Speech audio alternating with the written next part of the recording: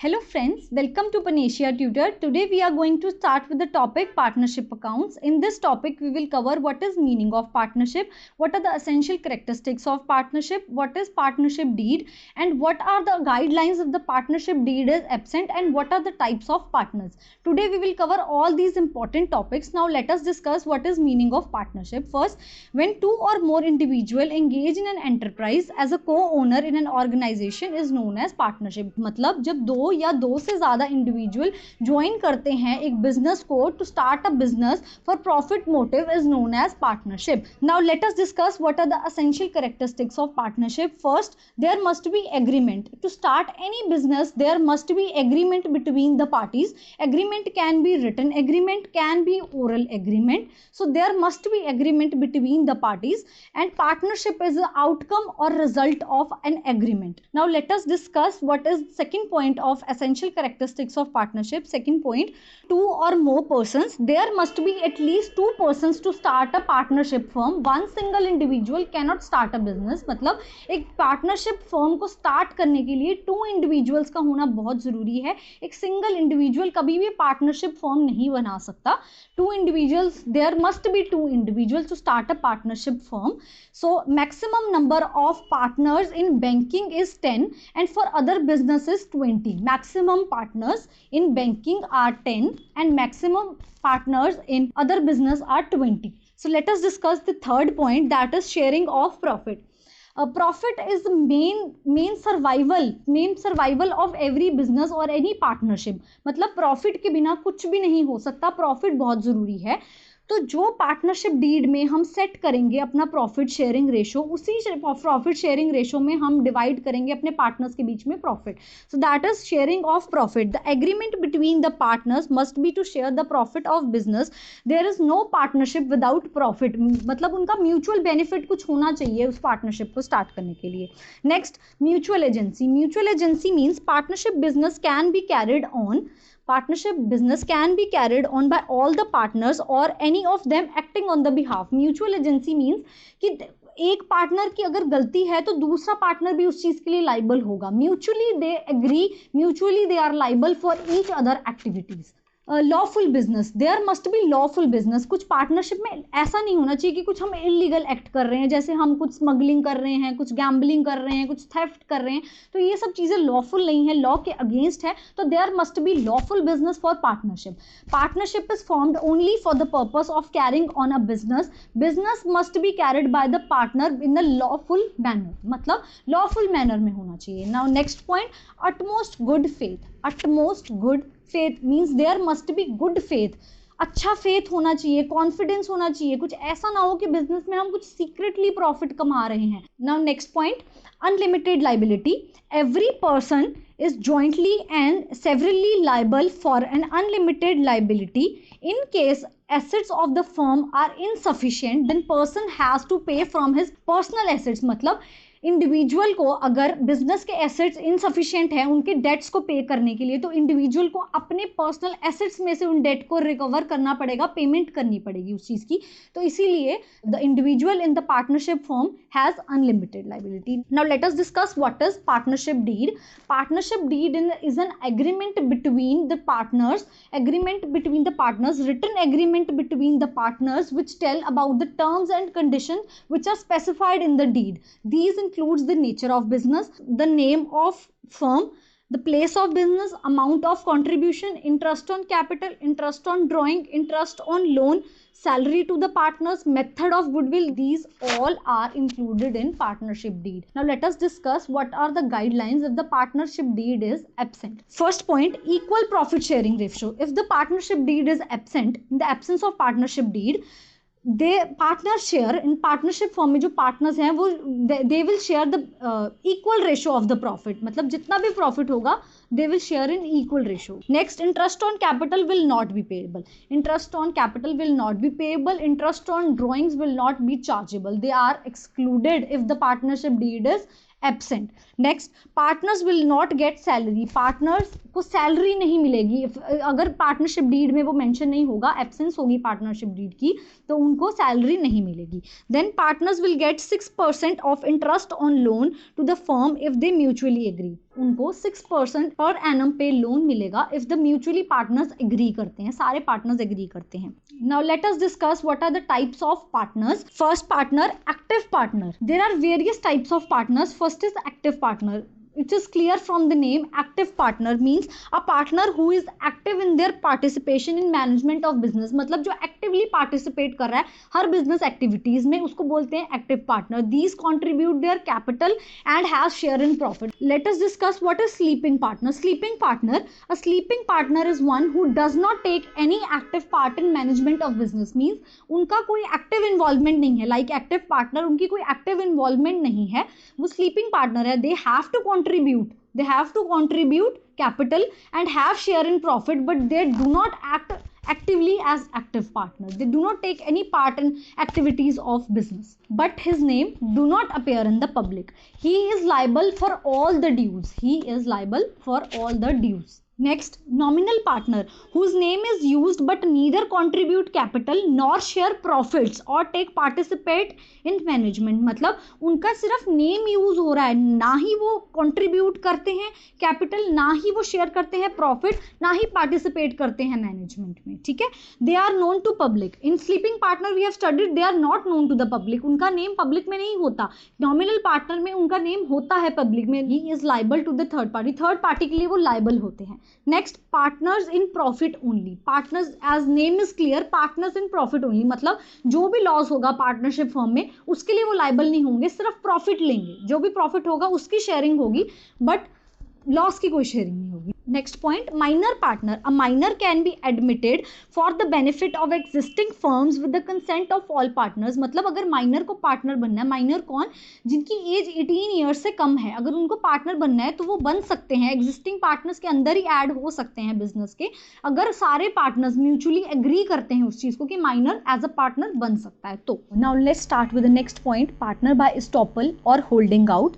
One who in reality is not a partner but by his behavior or his action or conduct we consider him as a partner. मतलब उसके behavior से, जिस तरह वो act कर रहा है या actions कर रहा है, उसके behavior से हमें पता लग रहा है कि he is a partner of the firm.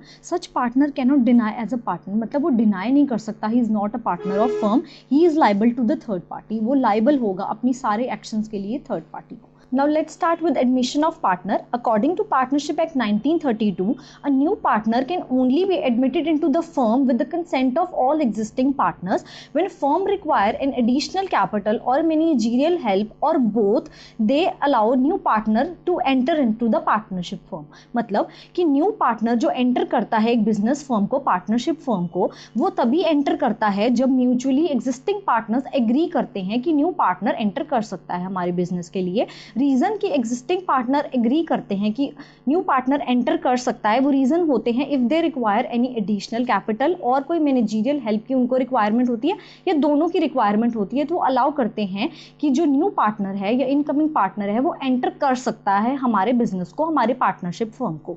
With admission of new partner in a firm, partnership firm is reconstituted and new agreement is made to carry out the business. मतलब एक न्यू जब पार्टनर एंटर करता है firm को तो partnership firm reconstitute हो जाती है और एक न्यू एग्रीमेंट बना लेते हैं. मतलब न्यू एग्रीमेंट मतलब जब इनकमिंग पार्टनर आया तो एक न्यू एग्रीमेंट फॉर्म हो गया between existing partners and new partners के बीच में. ठीक है. उसके बाद 2 rights are available with new partners. मतलब जो इनकमिंग पार्टनर आ रहा है उसके पास 2 राइट्स होते हैं. कौन से right? Right to share in profit and right to share of assets. मतलब पार्टनरशिप फर्म के जो भी प्रॉफिट्स होंगे या जो भी एसेट्स होंगे उसका राइट उसके अंदर होगा. जो भी इनकमिंग पार्टनर आ रहा है उसमें उसका राइट होगा. ठीक है. उसके बाद let us discuss what are the important points which require attention at time of admission of partner. मतलब कि जिनको हमारे को फोकस करना है जिन पॉइंट्स के ऊपर जब एडमिशन हो रही है एक पार्टनर की. First point, new profit sharing ratio. अब let us understand what is new profit sharing ratio. When new partner is admitted, he acquire his share from old partner. मतलब एक न्यू पार्टनर जब admit होता है एक business के अंदर, partnership firm के अंदर, तो ओल्ड पार्टनर्स को सेक्रीफाइस करते हैं और एक न्यू प्रॉफिट शेयरिंग रेशो बन जाती है उनके बीच में. और एग्जिस्टिंग पार्टनर्स के बीच में और न्यू पार्टनर के बीच में। अब नेक्स्ट सेकंड पॉइंट याद रखना है जो हमारे को, वो है sacrificing ratio in which old partners agree to sacrifice their share in the favour of new partner. New partner के फेवर में जो सेक्रीफाइस करते हैं ओल्ड पार्टनर्स, एग्जिस्टिंग पार्टनर्स, उसे बोलते हैं हम sacrificing ratio in which old partners agree to sacrifice their share in the favour of new partner is known as sacrificing ratio. ठीक है, now let us discuss what is third point, valuation and adjustment of goodwill. There are different methods of valuation of goodwill, revaluation of assets and reassessment of liabilities। means we have discussed कि जब admission होती है किसी partner की, new agreement form होता है, तो then we have to reevaluate all the assets and liabilities of partnership firms। Next point, distribution of accumulated profits. I have told you that there are two rights of admitted partners. One is right to share and other is right to share in assets. Means distribution of accumulated profits होगा यहाँ पे कि profits की distribution होगी। जब एक new partner आएगा तो एक new profit sharing ratio बनेगी, उसमें वो distribute होगा profits, accumulated profits। Next point, adjustment of partners capital. Partners capital will also be adjusted. So these all are the important points which require attention at time of new partnership, which is new profit sharing ratio, sacrificing ratio, valuation and adjustment of goodwill, revaluation of assets and liabilities, distribution of accumulated profits and adjustment of partnership capital. You have to keep this in mind. What are the important points?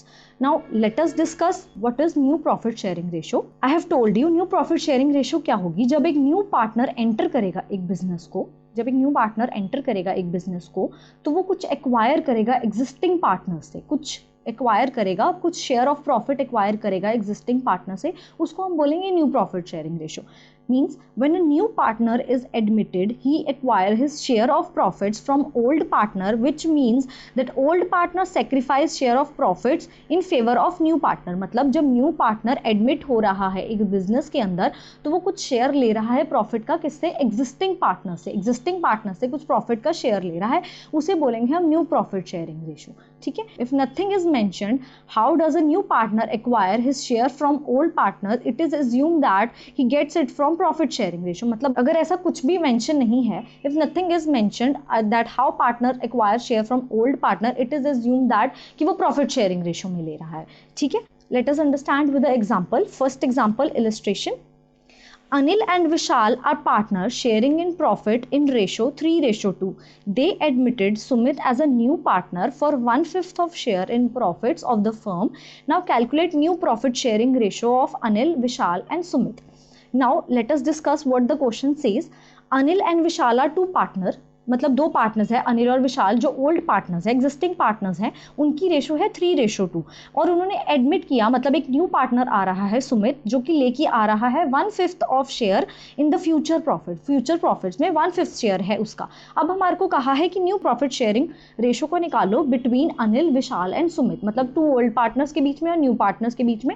जो new partner आ रहा है, incoming partner, उनके बीच में हमारे को ratio निकालनी है, new profit sharing ratio. ठीक है, new profit sharing ratio, I have told you what is new profit sharing ratio. मतलब जब new partner is admitted, he acquire some share of profit from old partner, which means कि old partner को कुछ sacrifice करना पड़ेगा, तभी new partner के पास आएगा। Late us discuss what is the solution.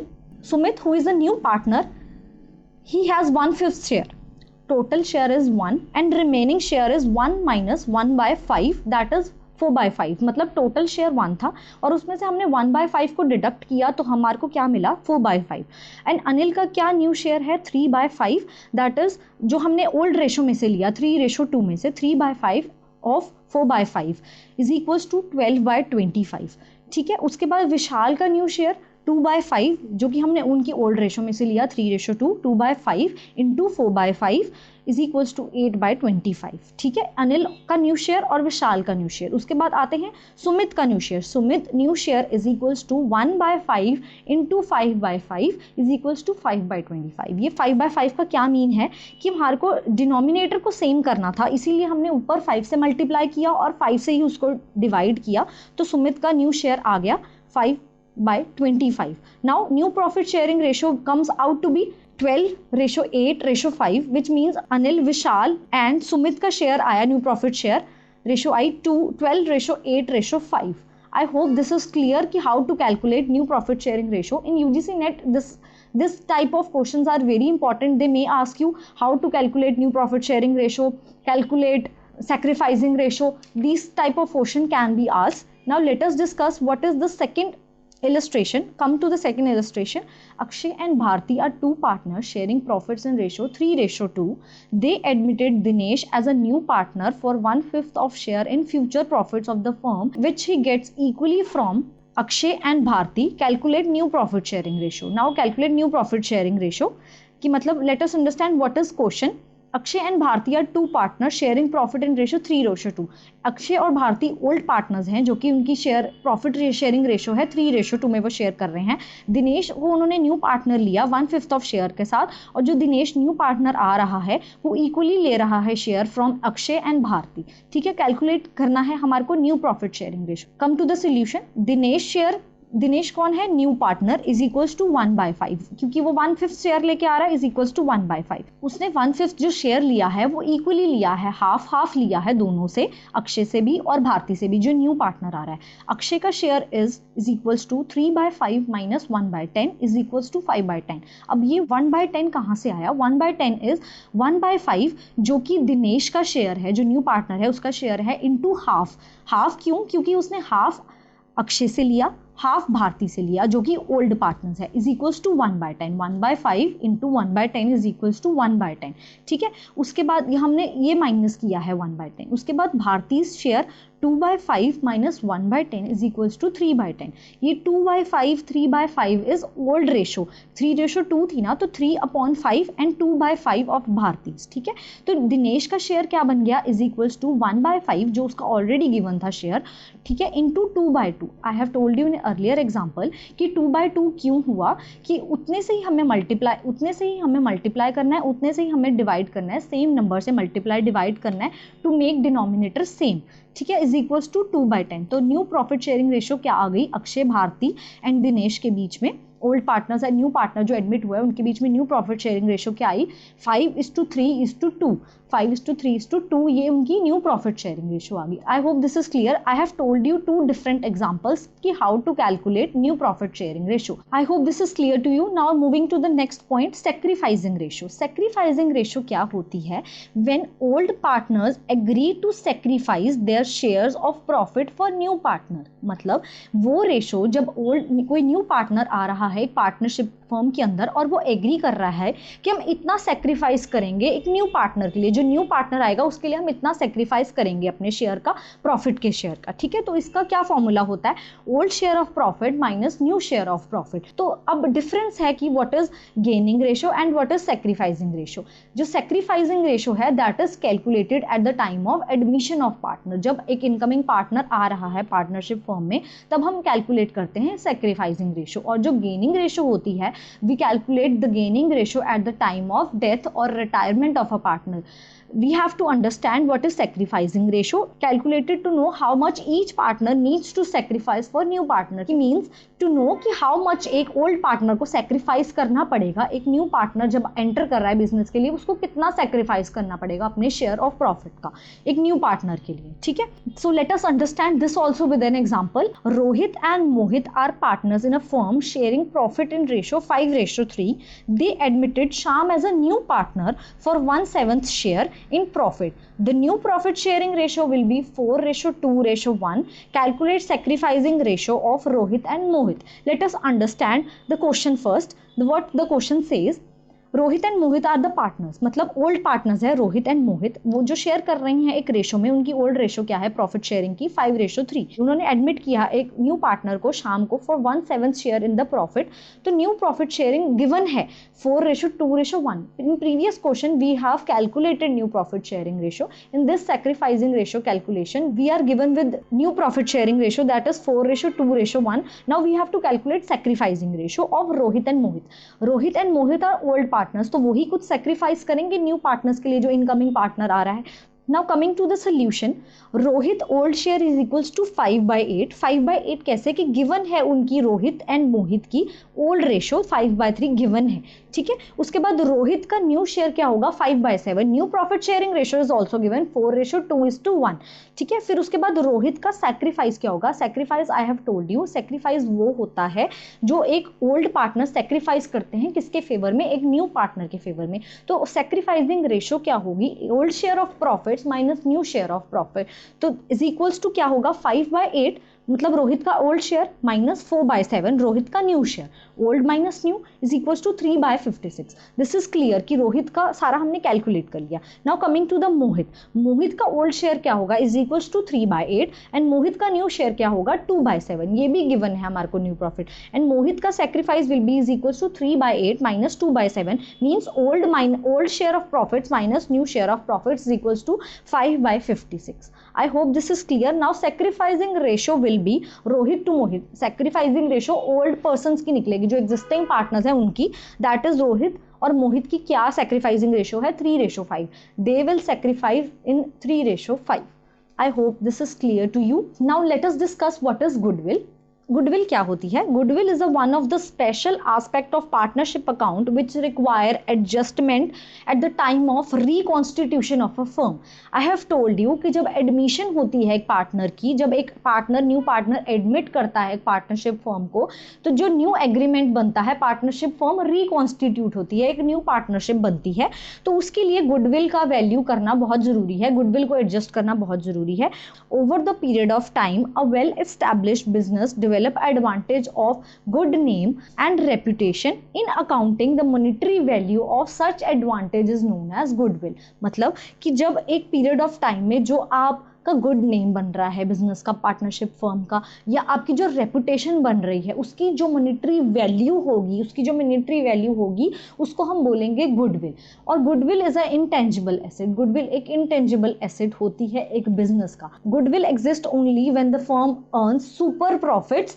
Any firm that earns normal profit या losses, they have no goodwill. Goodwill तभी होगी एक बिजनेस की जब सुपर प्रॉफिट्स कमाएगा एक बिजनेस, तब नहीं हो सकती जब वो लॉसेस में जा रहा है या एक नॉर्मल प्रॉफिट कमा रहा है.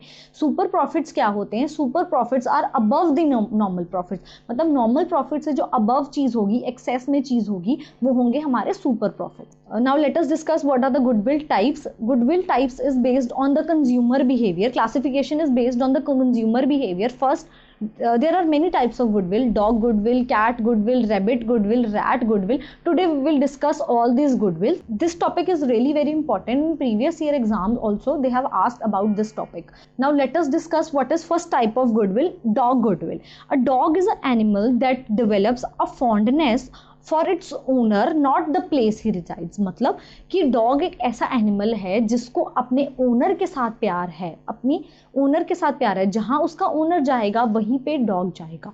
When owner moves dogs also follows, कि मतलब जहाँ जहाँ ओनर जाएगा वहाँ वहाँ डॉग उसको फॉलो करेगा. In case of customer see the value of company and such customer are likely to move their preference towards the location. कि मतलब जहाँ पे उसकी लोकेशन होगी बिजनेस की वो वहीं जाएगा, कस्टमर के व्यू पॉइंट से भी same. Next point cat goodwill. अब कैट गुडविल क्या होती है, we are clear about the dog goodwill. Now let us discuss what is cat goodwill. Cat goodwill, a cat is often picturized as self-sufficient animal with could not care personality.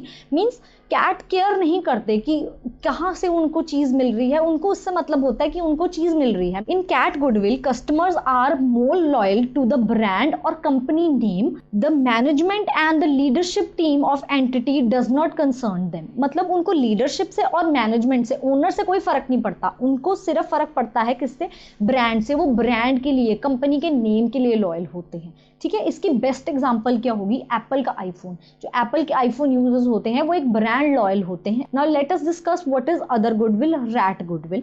Rat is a animal rushing over whenever the next piece of cheese is, it does not care who is putting it. मतलब उसको कोई फर्क नहीं पड़ता कि कौन वहाँ पे चीज रख रहा है, उसको सिर्फ एक चीज से मतलब है, उसको ये मतलब नहीं है कि किसने वहाँ पे रखा है, उसको सिर्फ चीज से मतलब है. In this consumer does not play any favorite either to the management personnel or to the brand. मतलब कंज्यूमर की कोई प्रेफरेंस नहीं है, कोई फेवरेटिज्म नहीं है एक ब्रांड को लेकर और एक मैनेजमेंट को लेकर कोई प्रेफरेंस नहीं है, कोई फेवरेटिज्म नहीं है कि वो इसी को प्रेफर करेगा। जैसे हमने कैट गुडविल में पढ़ा कि वो ब्रांड के लिए लॉयल होता है, तो रैट गुडविल में उसको कोई फर्क नहीं पड़ता ब्रांड से, ठीक है। It is known as valueless goodwill, इसको वैल्यूलेस गुडविल बोलते हैं क्योंकि ये कोई वैल्यू जनरेट नहीं करता बिजनेस के लिए, ठीक है। Now coming to the next goodwill, rabbit goodwill. अब रैबिट गुडविल क्या होती है? Rabbit remains confined to the patch and does not like the venture far away, मतलब उसको अपने आसपास रहना पसंद है, वो ज़्यादा दूर जाना प्रेफर नहीं करता, ज़्यादा दूर प्रेफर नहीं करता। अब कस्टमर के व्यू पॉइंट से यहाँ पे क्या मतलब है कि कस्टमर अपने नियर एरिया में प्रेफर करता है चीज़ों को बाय करना, चाहे वो वेजिटेबल्स हैं चाहे वो ग्रॉसरीज हैं, अपने नियर बाय स्टोर से बाय करने को प्रेफर करता है, वो दूर जाना प्रेफर नहीं करता। For example, no one likes to go through extra efforts to buy fruits vegetables, consumer prefer nearest store to make purchases, मतलब जो भी उसके पास अवेलेबल है नियर बाय वो उसको पिक करेगा rather than going far away, ठीक है। I hope this is clear what are the types of goodwill, cat goodwill, dog goodwill, rabbit goodwill and rat goodwill. I hope this is clear to you. This is very important topic from UGC point of view because in the previous year questions they have asked from the types of goodwill.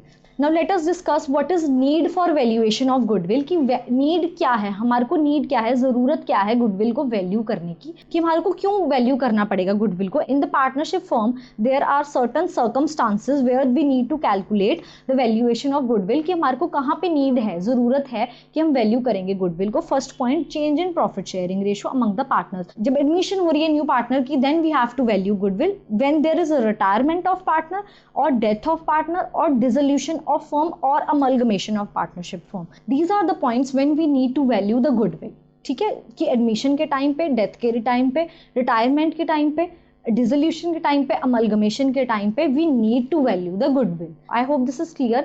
What are the circumstances in which we need to value the goodwill? And now what are the methods for valuation of goodwill? There are three different methods to value the goodwill. First method, average profit method. Second method, supernormal profit method. Third method, capitalization method. There are three methods to value goodwill. Now let us discuss what is first method, average profit method. Under this method, goodwill should be calculated by multiplying past profits, past average year profits into number of years purchase, ठीक है। Goodwill को हम कैसे calculate करेंगे? Average profit method के अंदर past years के जितने भी प्रॉफिट्स हैं उसको मल्टीप्लाई किसके साथ करेंगे? नंबर ऑफ ईयर्स परचेज, मतलब कितने ईयर्स में हमारे को प्रॉफिट हुआ, ठीक है। Now let us understand with an example. If past average profits of the business works out to be ₹20,000, it is expected that such profits are likely to continue for 3 years. First understand the question. If the past average year profits of the business are 20,000, मतलब past average year profits उन्होंने given है 20,000 और उन्होंने कहा कि expected profits जो continue रहेगा, कितने सालों तक कंटिन्यू रहेगा? 3 इयर्स तक कंटिन्यू रहेगा। तो कैलकुलेट करो वैल्यू ऑफ गुडविल क्या होगी। आई have told you average profit method के अंदर गुडविल को कैसे कैलकुलेट करते हैं? पास्ट एवरेज प्रॉफिट्स को मल्टीप्लाई किसके साथ करते हैं? नंबर ऑफ ईयर्स के साथ, कि जिसमें हम एंटिसिपेट करें कि इतने ईयर्स में हमारे को प्रॉफिट होगा। तो गुडविल कैसे कैलकुलेट करेंगे? एवरेज प्रॉफिट्स कितने गिवन है? 20,000 into 3 number of years is equals to 60,000। I hope this is clear कि कैसे हमने गुडविल को कैलकुलेट किया है। Now let us understand with an example. Illustration 1. If the profit for the 5 years of a firm are as follow. In the year 2010, profits were 4 lakh. In 2011, profits were 3,98,000. In year 2012, the profits were 4,50,000. In year 2013, 4,45,000. In 2014, 5 lakh. And calculate goodwill of the firm on the basis of 4 years of purchase of 5 years average profits. मतलब इसमें हमारे को years given है और उनके profits given है कि years में हमने कितने कितने profits कमाए, और उन्होंने हमारे को calculate करने के लिए बोला है goodwill, मतलब goodwill को जिस years के साथ हमारे को multiply करना है वो हमारे को given है 4, और profits कितने years के given है? हमारे को 5 years के profits हमारे को 5 years के given है, ठीक है। अब let us understand the solution. Average profits क्या है? Average profits is equals to, average profits हम कैसे निकालते हैं? जितने भी हमारे को ईयर्स के टोटल प्रॉफिट गिवन है अपॉन नंबर ऑफ ईयर्स, जितने ईयर्स के गिवन है, is equals to total profits of last 5 years, इसमें लास्ट 5 ईयर्स के गिवन है क्वेश्चन में, अपॉन नंबर ऑफ ईयर्स, मतलब नंबर ऑफ ईयर्स कितने हैं? 5, ठीक है, 5 हो गए, 5 ईयर्स के गिवन है, तो इज इक्वल्स टू 21,93,000 अपॉन 5, ठीक है। टोटल किया है हमने किसका? ईयर्स के प्रॉफिट्स का 4 लाख, 3,98,000, 4,50,000, 4,45,000 एंड 5 लाख। इनको टोटल करके आया 21,93,000, जिसको हमने डिवाइड किया है 5 ईयर्स के साथ, मतलब नंबर ऑफ ईयर्स जितने में हमारे को प्रॉफिट हुए हैं। तो दैट विल कम, जब हम इनको कैलकुलेट करेंगे तो इसका that will come 4,38,600। 4,38,600 will be the answer. Average profits निकल आए। Next we have to calculate goodwill. They have asked us कि गुडविल कैलकुलेट करो। अभी हमने एवरेज प्रॉफिट्स निकाले हैं। अब गुडविल कैलकुलेट करने का क्या फॉर्मूला है कि एवरेज प्रॉफिट्स, जितने भी पास्ट ईयर के प्रॉफिट्स थे, average profits into number of years purchased is equals to 4,38,600। 4,38,000 जो अभी हमने एवरेज प्रॉफिट्स निकाले, 4,38,600 into 4 number of years given थे, number of years 4 years of purchase is equals to ₹17,54,400। This is the answer. Goodwill हमारी calculate हो गई।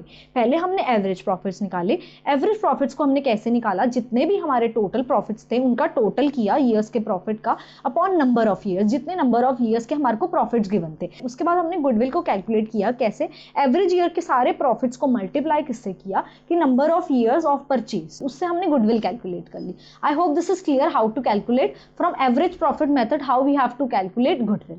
Now coming to the second point, supernormal profit method. The excess of actual profits over the normal profit is termed as supernormal profits. मतलब जब हम कुछ normal profits से excess में, जब हम कुछ normal profit से कुछ ज़्यादा कमाते हैं तो हम उसे बोलते हैं supernormal profits. Now let us understand with an example कि supernormal profits हम कैसे calculate करते हैं। First we have to calculate normal profits. Normal profits is equals to capital employed into normal rate of return divided by 100. Then we have to calculate super profits. Super profits is equals to average profits minus normal profits. Then we have to calculate goodwill. अब goodwill कैसे calculate करेंगे? Super profits जो हमने इससे ऊपर step में calculate किए हैं into number of years of purchase. सबसे पहले हमने नॉर्मल प्रॉफिट कैलकुलेट किया, उसके बाद हमने सुपर प्रॉफिट्स कैलकुलेट किए, then we have calculated goodwill. ठीक है, now let us understand with an example. Suppose a firm earns ₹18,000 on a capital of ₹1,50,000 and a normal rate of return is 10%, and the expected benefit of super profit is available for 5 years in the future. Now let us understand what the question says कि firm earn कर रही है 18,000 on their capital, कि मतलब उनका कुछ profit है 18,000 जो कि वो capital पे कमा रहे हैं। capital उनकी है ₹1,50,000 and normal rate of return कितना है 10%, and वो जो profits कमा रहे हैं वो 5 years तक कमाएंगे। Now let us calculate normal profit will be is equals to 1,50,000, that is our capital employed into normal rate of return, that is 10, अब divided by 100, that will come out to be ₹15,000। तो हमारा normal profit हमारा 15,000 हो गया। Normal profit हमारा 15,000 हो गया। Then we have to calculate super profit. Super profit we will calculate by actual profit minus normal profit. Actual profits are 18,000. It's given in the question 18,000 minus 15,000. We have calculated normal profits which come out to be ₹3,000. Now we have to calculate goodwill. अब goodwill कैसे calculate करेंगे? I have told you goodwill is equal to super profits is into year of purchase, number of years of purchase. ठीक है, तो super profits are ₹3,000. We have calculated it in the above step. ₹3,000 into 5 number of year of purchases given कि 5 years में हम इतना profit कमाएंगे, तो 3,000 into 5 that will come out to be ₹15,000. I hope this is clear. Now moving to the third method, capitalization method. Capitalization method is further divided into two parts, average profit method and super profit method. Now let us discuss what is capitalization of average profit method. Goodwill is calculated by deducting actual capital employed, that is valuation date of net assets from the capital value of the average profits on the basis of normal rate of return. Goodwill कैसे calculate करेंगे? Simple form में capitalised value में से हमें deduct करने पड़ेंगे net assets of the business. जितनी उसकी कैपिटलाइज्ड वैल्यू है उसमें से हम डिडक्ट करेंगे कुछ net assets of the business. Now we have to understand how to calculate this capitalised value and net assets of the business. कैसे हम इसको कैलकुलेट करेंगे? Now coming to the steps how to calculate goodwill. First step, a certain average profit based on past years performance. मतलब सबसे पहले हमें average profit calculate करने पड़ेंगे। एवरेज प्रॉफिट हमें पता है कैसे कैलकुलेट करते हैं, सारे ईयर्स का टोटल प्रॉफिट जितना गिवन है divided by number of years, जितने ईयर्स का हमारे को गिवन है, from that we will calculate average profit. Next step, calculate capitalised value of business on the basis of average profit. Now we have to calculate capitalized value. अब capitalized value कैसे निकलेगी? Capitalized value is equals to average profit into 100 divided by normal rate of return. सबसे पहले जो हमने first step में average profits निकाले उसको मल्टीप्लाई करेंगे 100 से और डिवाइड करेंगे नॉर्मल रेट ऑफ रिटर्न से. ये आपको गिवन होगा क्वेश्चन के अंदर, normal rate of return. Third step, calculate value of net assets on the valuation date. अब वैल्यूएशन डेट पे हमारे को नेट एसेट्स कैलकुलेट करने हैं, तो वो हम कैसे कैलकुलेट करेंगे? Capital employed is equals to total assets excluding goodwill minus outside liability. मतलब सारे एसेट्स का हम टोटल कर लेंगे, उसमें से हम गुडविल को रिमूव कर देंगे, मतलब एक्सक्लूड कर देंगे उसमें से गुडविल को, माइनस कर देंगे आउटसाइड लायबिलिटीज, तो हमारी वैल्यू ऑफ नेट एसेट्स आ जाएगी. Next step, calculate goodwill. Now we have to calculate goodwill. अब हम गुडविल कैसे कैलकुलेट करेंगे? Goodwill is equals to capitalised value minus net assets of business. If you see carefully, second step में हमने calculate किया था capitalised value of the business और third step में हमने कैलकुलेट किया था value of net assets on the valuation date.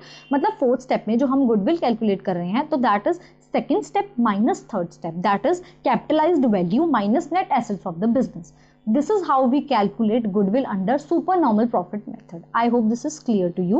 So this is the method how we calculate goodwill under capitalization of average profit method. I hope this is clear to you. Now let us understand in illustration 1. A business has earned average profit of rupees 1 lakh. During last few years, the normal rate of return in the business is 10%. Value of net assets of the business is rupees 8,20,000. A certain value of goodwill by capitalization of average profit method. Now let us understand what the question says. A business has earned average profit of rupees 1 lakh. मतलब average profits are given 1 lakh.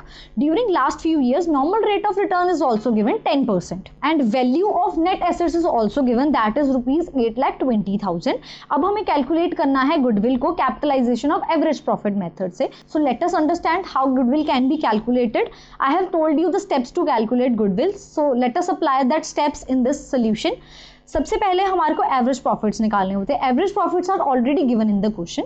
So coming to the next step, we have to calculate capitalised value. Capitalised value of average profits कैसे निकलेगी? Capitalised value of average profit is equals to rupees 1 lakh into 100 divided by 10. 1 lakh is given, 1 lakh is average profit. Formula for calculating capitalized value of average profit is average profit into 100 divided by normal rate of return. Average profits are given, that is 1 lakh into 100 divided by 10. That comes out to be rupees 10 lakh. Okay, coming to the goodwill, how to calculate goodwill. Now I have told you goodwill कैसे calculate होती है. Capitalised value में से deduct करते हैं net assets of the business. Capitalised value minus net assets of the business. Capitalised value is rupees 10 lakh which we have calculated minus rupees 8,20,000 which was given in the question की net assets की value क्या है.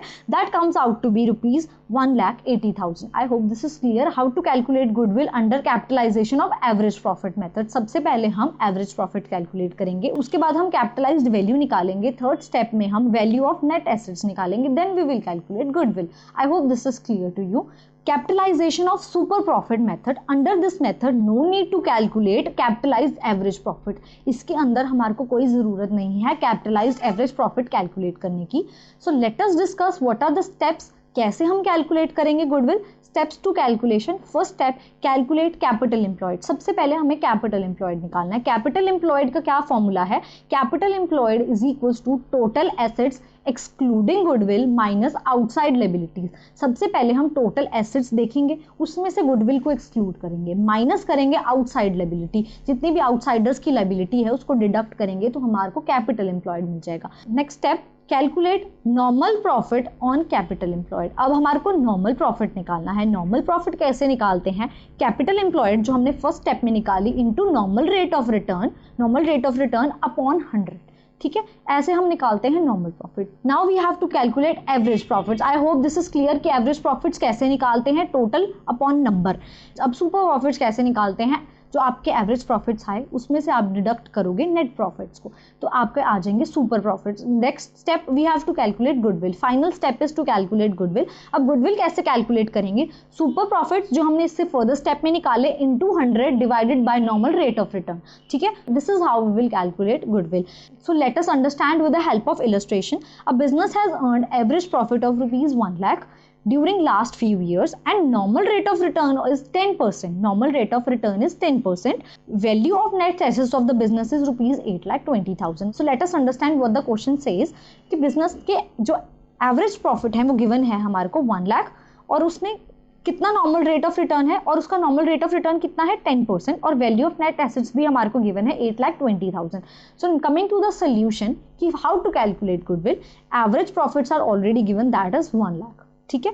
Normal profit, how to calculate normal profit. I have told you how to calculate normal profit. Capital employed into normal rate of return divided by 100. This is how we calculate normal profits. तो normal profits कैसे निकाले इन्होंने, हमारे को given था 8,20,000 was given to us, capital employed, into 10 divided by 100 is equals to rupees 82,000. ठीक है. I hope this is clear to you. Coming to the super profits. Super profits कैसे कैलकुलेट करते हैं, जो हमारे एवरेज प्रॉफिट्स आए उसमें से हम नॉर्मल प्रॉफिट्स को डिडक्ट करेंगे तभी आएंगे हमारे super profits. I have told you कि सुपर प्रॉफिट्स क्या होते हैं. सुपर प्रॉफिट्स वो होते हैं जो नॉर्मल प्रॉफिट से कुछ अबव होते हैं, वो होते हैं हमारे सुपर प्रॉफिट्स. तो सुपर प्रॉफिट्स कैसे कैलकुलेट करेंगे, रुपीज 1 लाख, दैट इज हमारा एवरेज प्रॉफिट हमारे को गिवन था, माइनस नॉर्मल प्रॉफिट जो हमने कैलकुलेट किया 82,000, we will get rupees 18,000. This is our super profit. Now we have to calculate goodwill. अब हम गुडविल कैसे कैलकुलेट करेंगे. गुडविल का क्या फॉर्मूला है, सुपर प्रॉफिट जो अभी हमने कैलकुलेट किए into 100 upon normal rate of return. ठीक है. 18,000 into 100 divided by normal rate of return was 10%. It was given in the question. Goodwill come out to be rupees 1,80,000. I hope this is clear how to calculate goodwill from capitalization of super profit method and average profit method. I hope this is clear to you. What are the steps to calculate the goodwill under both these method, under capitalization of average profit method. So thank you so much. If you like our video, please press like button and subscribe to our channel for more upcoming videos. And if you have any kind of query, you can contact us at given email ID and contact number. And for further videos, you can join Panisha Tutor. Thank you.